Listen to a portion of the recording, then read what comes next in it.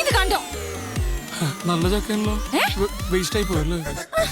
ഇനി ഇത് എങ്ങനെ ഒന്ന് വൃത്തിയാക്കാം? ഇത് ഞാൻ വൃത്തിയാക്കും. എന്ത്? ഞാൻ വൃത്തിയാക്കും.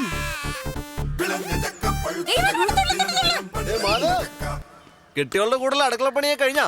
ഈവനിങ് പാർട്ടിയുടെ കാര്യം മറക്കണ്ട കേട്ടോ. അന്ന ഇത് കണ്ടോ? നീ തന്നെ വന്ന് വൃത്തിയാക്ക്. ഇങ്ങനെ വൃത്തി നോക്കിയേ മാധവ് കുറെ പെടും. പാവം പ്ലാവിന് അറിയില്ലല്ലോ പ്രിയയുടെ ഈ വൃത്തിയും മെനയും എന്തോ ഇനി പറയൂല. വെറുതെ തമാശ പറയല്ലേ? എന്താ ഇവിടെ ഒരു വഴക്ക്?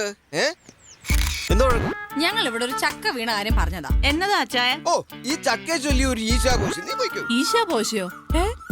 അതെ, എന്തെങ്കിലും അഭിപ്രായ വ്യത്യാസം ഉണ്ടെങ്കിൽ അസോസിയേഷനിൽ പറയണ സെക്രട്ടറിയോട്. ഇവിടെ എന്താ പ്രശ്നം? ഞങ്ങൾ ഇവിടെ ഒരു ആറ്റം ബോംബ് ഇട്ടാലോ എന്ന് ആലോചിക്കുക. ചേട്ടൻ കൂടുന്നുണ്ടോ? ഈ ബോംബിന്റെ അത്രയൊന്നും വരത്തില്ലല്ലോ അല്ലേ? ആഹാ, ഇതിപ്പോ പറഞ്ഞു വിലക്കാൻ വന്നവനായോ കുറ്റം?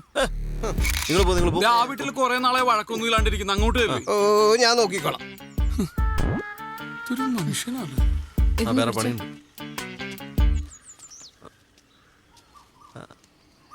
ഹലോ, ഐഡിഫിക്സ് വിലാസെന്നാ. രാജീവ് പറഞ്ഞിരുന്നില്ല പ്ലാവ് മുറിക്കുന്നതിനെ പറ്റി? പെട്ടെന്ന് വേണമായിരുന്നു. ഓക്കെ. ഇവിടെ മരുന്ന പ്ലാവ് മുറിക്കാൻ ആൾ വരും. അതിനു മുമ്പ് ഞാൻ ഈ കൊമ്പം ക്ലിയർ ചെയ്തേക്കാം. അത് ഒരുമിച്ച് അങ്ങോട്ട് മുറിച്ചാൽ മതി. നീ വേഗം പോട്ട് റെഡിയാ, രാവിലെ മീറ്റിങ്ങുകളല്ലേ. ഓഹോ, അതിനു മുമ്പ് ഒന്ന് വൃത്തിയാക്കിയേക്കാം. അല്ല ജെറി, ഞാൻ ഇല്ല ജെറി, ഞാൻ വൃത്തിയാക്കോളാം. ഇത് പ്രശ്നമില്ല. ഞാൻ ഇല്ല, കുഴപ്പമില്ല, ഞാൻ വൃത്തിയാക്കോളന്നേ. ഞാൻ പിന്നെ മനസ്സിലുള്ളത് പറയും, അറിയാലോ, കാര്യാക്കണ്ട.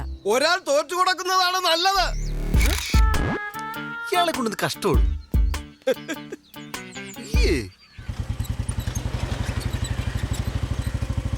നമസ്കാരം. ഓയ്, ഒന്ന് നിന്നേ. നിങ്ങൾ ഭാര്യമാര് തമ്മിലേ ഉള്ളൂ പ്രശ്നം. നിങ്ങൾ തമ്മിൽ കുഴപ്പമൊന്നുമില്ലല്ലോ. ഇങ്ങോട്ട് വന്ന് വാ. ഈ പ്രായത്തിൽ പല്ലൊക്കെ പോയി വരാൻ വലിയ പാടായിരിക്കും. അപ്പൊ ഈ നാവ് കാരണം പല്ലിനാണല്ലോ സാറേ കിടക്ക പ്രതിയോട്. അയ്യോ, വയസ്സായ കാലത്ത് ചാവാ നടക്കാം. അച്ഛനൊക്കെ എന്തൊരു സാമൂഹ്യ ദ്രോഹിയാടാ. നമ്മൾ വെറുതെ സംസാരിച്ചോണ്ടിരുന്ന അയാളൊന്ന് പെട്ടെന്ന് വഴക്കാക്കി മാറ്റി. പ്രിയയുടെ വളവളന്നുള്ള സംസാരം കേട്ടാ ആർക്കും വഴക്കാണെന്നേ തോന്നുള്ളൂ. ഞാൻ പ്രിയ കുറ്റം പറയില്ല. പ്രിയ പോലെ ഇത്രയും വൃത്തിയൊക്കെ നോക്കുന്ന ഒരാളിന് ഇത്രയും ചപ്പും ചവറ കാണുമ്പോൾ സ്വാഭാവികമായിട്ടും റിയാക്ട് ചെയ്യൂടാ. ഏട്ടാ സാർ വിളിക്കുന്നുണ്ടല്ലോ. Hello sir.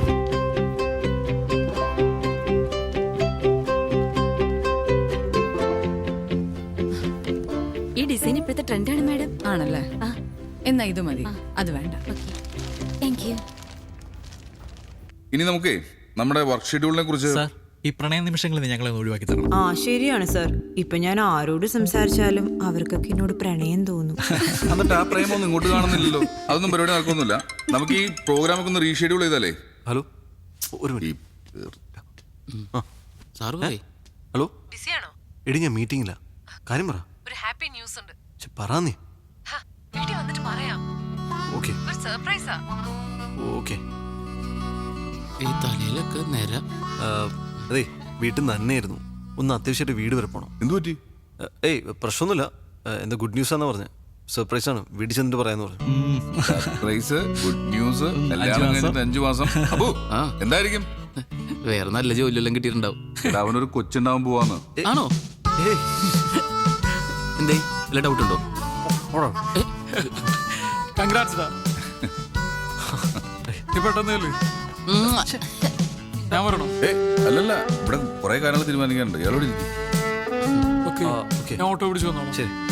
ജെറി, ചെലവ് വേണേ. ആദ്യം വരവുണ്ടാവട്ടെ, എന്നിട്ടല്ലേ ചെലവ് അല്ലേ? പെട്ടെന്ന് ആയിക്കോ, താമസിക്കണ്ട. സാറിന്റെ കല്യാണം കണ്ട എത്ര വർഷമായി? കഷ്ടം. ഇവിടെ ഇപ്പം എന്തിനാ മീറ്റിംഗ് കിടക്കണ? പൊടിയുണ്ട് ഇവിടെ ഒക്കെ അല്ലേ, തുടക്കണം.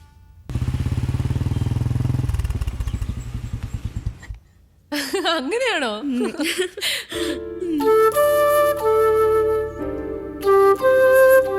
ഹലോ, നമസ്തേ. നിറഞ്ഞ മനസ്സോടെയാണ് ഞാനിവിടെ നിൽക്കുന്നത്.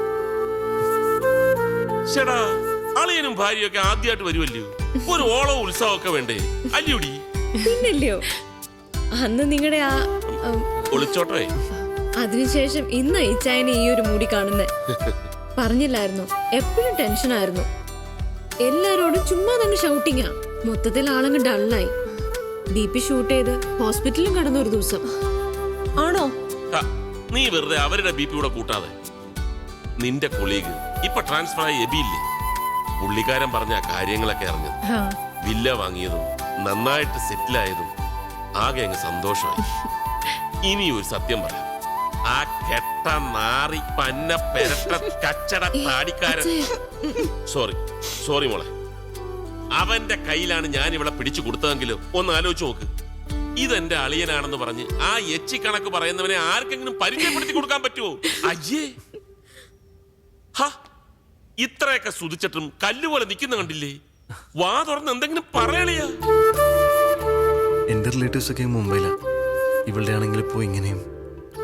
ഞങ്ങളാകെ ഒരു ഒറ്റപ്പെട്ട ഫീലായിരുന്നു. ഇത്രയും പെട്ടെന്ന് ഇങ്ങനെ ഒരു റിയൂണിയൻ ഞാൻ ഒരിക്കലും പ്രതീക്ഷിച്ചില്ല. ഞങ്ങൾ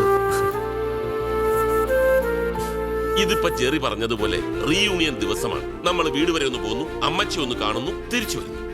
അയ്യോ അല്ല, മാധവും ഇവളെല്ലാം പറഞ്ഞു വേഗം തിരിച്ചു വരാന്നേ. അവിടെ എല്ലാരും കാത്തിരിക്ക. ആ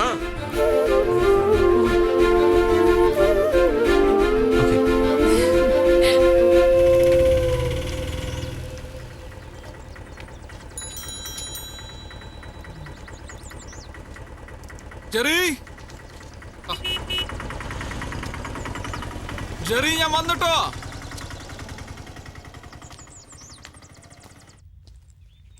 പ്രിയ, ആ നീ റെഡിയായോ? ആ, ഒരു മിനിറ്റ് പോലും ലേറ്റ് ആക്കണ്ടെന്ന് വിചാരിച്ചു.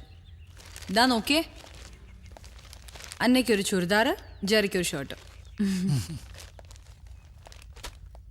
അന്ന നിന്നോട് പ്രത്യേകിച്ച് എന്തെങ്കിലും പറഞ്ഞിട്ടുണ്ടായിരുന്നോ? ഇല്ലല്ലോ, എന്തേ? എന്നിട്ട് അവൾ എൻ്റെ അടുത്ത് ഒന്നും പറഞ്ഞില്ലല്ലോ. ഇനി നീ ഇത് പോയി ചോദിക്കാനും നിൽക്കണ്ട കേട്ടോ. ചിലപ്പോ എല്ലാവരുടെ മുമ്പിൽ വെച്ച് അങ്ങനെ അനൗൺസ് ചെയ്യാൻ വേണ്ടിയിട്ടായിരിക്കും. ചുമ്മാ ചുമ്മാതല്ല, അത് വനിച്ചിട്ടാ.